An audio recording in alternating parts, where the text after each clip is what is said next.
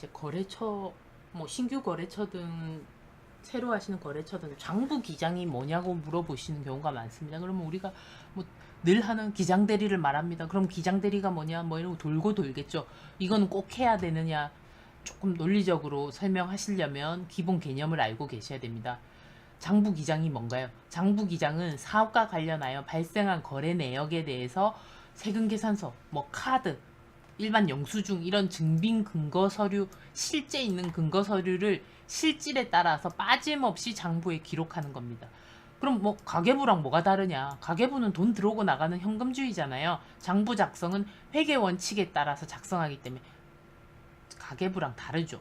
기장을 하기 위해서는 세금계산서, 계산서, 신용카드 전표, 인보이스 같은 영수증 등을 반드시 수취해야 됩니다. 5년 보관 의무가 있다고 말씀드려야 됩니다.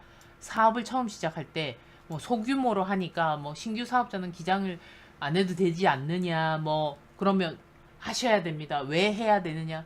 기준 금액을 알고 계셔야 됩니다. 그래서 또 이런 기장을 안 했다가 알고 보니 이분이 첫 해 신규 사업자인데도 매출이 너무 높아서 단순 경비율 대상이 안 되고 기준 경비율 대상으로 넘어가 버리면 세금이 엄청 나옵니다. 뭐 신고조차 안 하는 경우도 있고 이러면 가산세가 엄청 나오겠죠. 그래서 그런 설명을 뒤에 쭉 할 겁니다. 그러면 장부 기장을 안 할 때 무슨 불이익이 있나요? 물어보는 경우가 있습니다. 기장을 안 할 때 불이익과 기장을 하면 좋은 점 똑같은 설명이죠. 말씀을 드리면 기장을 하게 되면 첫 해 신규 사업자는 매출액보다 비용이 많아서 결손이 나는 경우가 많습니다. 뭐 중간에 중도 사업자라고 하더라도 결손 나는 경우가 있겠죠. 그러면 그걸 날려버리면 너무 아깝잖아요. 그 결손금은 올해의 마이너스 이익이니까 이거는 세금이 없는 거지만 이 마이너스를 기억해서 장부 기장을 하는 경우에는 내년으로 넘겨줍니다. 그러면 그 내년에 이익이 생겼을 때 이 마이너스가 차감이 됩니다. 이거를 2월 결손금이라고 하죠. 이 2월 결손금은 그 다음 연도에 이익이면 또 넘어가고 또 넘어가고 10년까지 넘어갈 수가 있어요. 얼마나 좋은 제도입니까? 그러니까 2월 결손금이 공제가 가능한데 장부 기장 안 하시면 이런 거 없다 얘기하셔야 되고요. 장부 기장 안 하면 때에 따라서 가산세를 내셔야 됩니다. 모든 사람이 내는 건 아니지만 직전 연도 수익 금액 매출액이 4,800 이상인 개인 사업자, 4,800 미만이면 가산세 없다는 얘기겠죠. 4,800 이상인 개인 사업자는 반드시 기장을 하셔야지만 가산세를 안 냅니다. 물론 법인 사업자는 수익금액 상관없이 무조건 복식부기로 기장을 해야 되는 의무자입니다.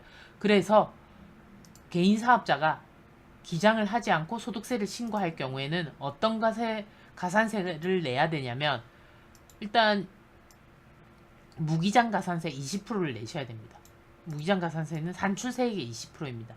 아무리 직전 연도 수익금액이 4,800 미만이라도 전문직 사업자들은 무조건 장부 기장을 하셔야 됩니다. 안 그러면 가산세 내셔야 돼요. 전문 직종을 제외한 신규 사업자와 또는 전년도 수익금액이 4,800 미만인 개인 사업자는 무기장 가산세가 없습니다. 그러나 신규 사업자 중에 4,800 넘는 사람, 전문직 아니면 뭐 이런 분들은 가산세 내셔야 돼요. 기장을 안 하시면. 그러고 복식부기 의무자가 무신고하실 때는 무신고 가산세가 있습니다. 그러니까 이 전문직 직종, 변호사, 의사 뭐 이런 분들, 회계사, 세무사 이런 분들은 무조건 복식부기 의무자입니다. 사업 시작한과 동시에 복식부기 의무자이기 때문에 이런 분들이 기장을 안 했다. 이러면 무신고 가산세, 아까 위에서 말한 무기장 가산세 산출세액의 20%가 크냐, 무신고 매출액의 10,000분의 7이 크냐, 여기에 따라서 가산세가 됩니다. 그 다음에 간편장부 대상자가 복식부기에 의해서 장부 작성하여 소득세를 신고하게 되면 세액공제 20%가 됩니다. 복식부기 의무자가 장부 작성하는 건 의무니까 이런 혜택이 없어요. 그러나 간편장부 대상자는 혜택이 주어진다는 거죠. 20% 세액의 공제가 된다. 그리고 고정자산에 대해서 감가상각비를 비용으로 인정받을 수 있다. 인테리어 시큰 큰 금액 들고 했는데 기장을 안 하시면 이 금액 다 날라갑니다. 부가세 공제는 받더라도 공급가액에 대해서 고정자산 처리를 해서 내년에도 비용 처리 5년 동안 상각하고 이런 뭐 업종에 따라서 8년이 될 수도 있지만 상각해서 비용 처리해야 되잖아요. 기장 안 하시면 이거 날라갑니다. 그리고 페널티가 외부 조정 대상자가 자기 조정으로 신고한 경우와 복식부기 의무자가 간편 또는 소득금액 추계 신고한 경우에는 무신고로 간주돼서 아래의 불이익이 있습니다. 불이익이 뭐냐? 아까 무신고 가산세가 부과됩니다. 여기 산출세액 20%나 이거 중에 큰 금액 또는 조특법에 따라서 각종 중소기업 감면이라든지 세액공제 있는데 그런 거 배제됩니다. 그리고 추계시 기준경비, 그러니까 기준경비율로 신고하게 되면 기준경비율이 원래 30%였다. 이러면 반밖에 적용 안 됩니다. 15% 적용됩니다.